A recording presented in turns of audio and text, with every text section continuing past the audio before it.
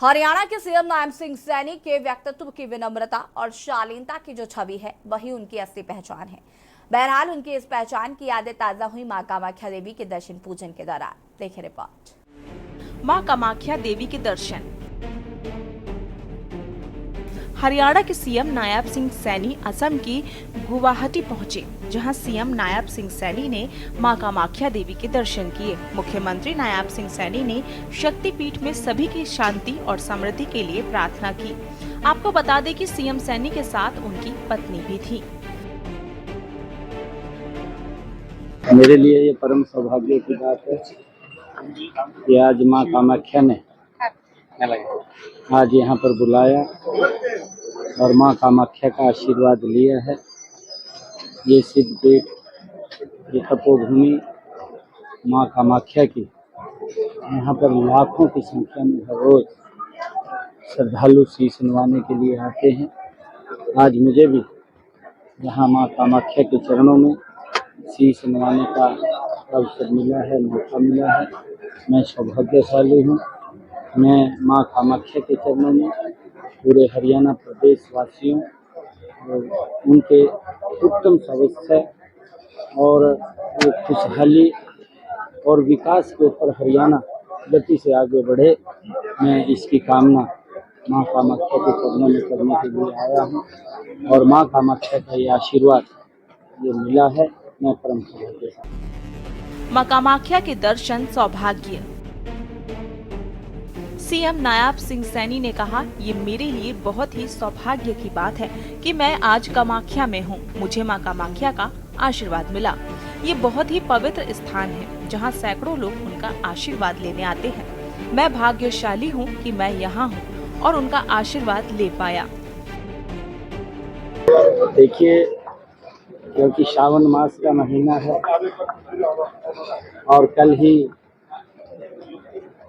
भोलेनाथ के ऊपर जल अभिषेक हुआ है और सावन माह में लगातार वर्षा होती रहती है।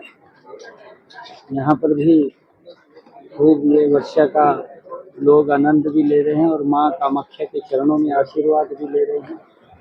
ये बड़ा परम सौभाग्य की बात है और मैं पुनः पूरे हरियाणा प्रदेश वासियों के स्वास्थ्य और हरियाणा प्रदेश विकास की ऊंचाई को छुए।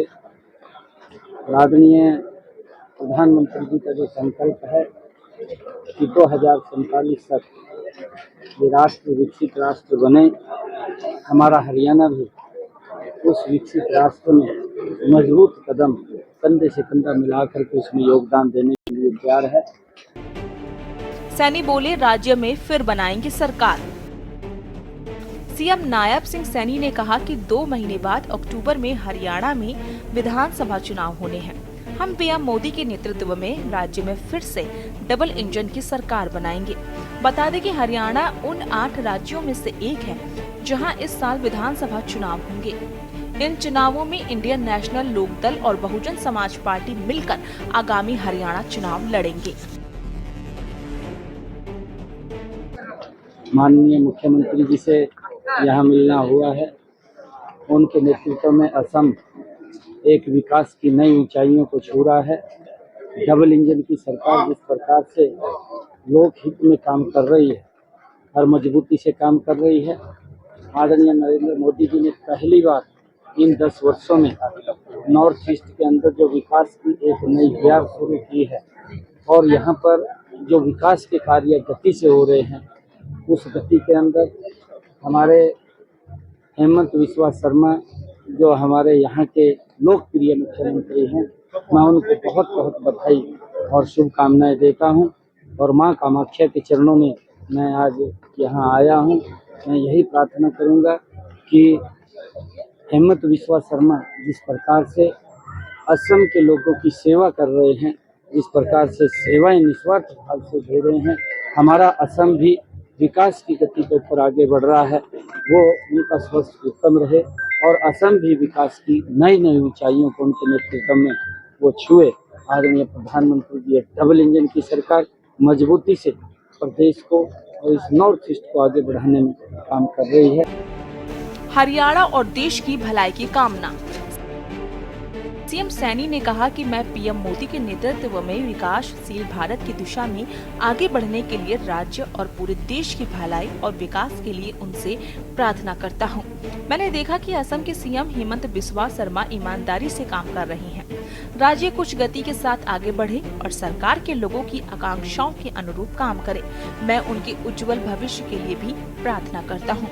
आपको बता दें कि सीएम नायब सिंह सैनी हरियाणा में लगातार धार्मिक कार्यक्रमों में हिस्सा लेकर जनता को संस्कारों और सुशासन का संदेश दे रहे हैं।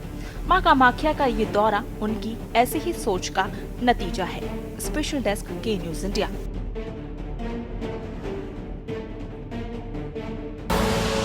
आप देख रहे हैं के न्यूज, खबरों का सारथी।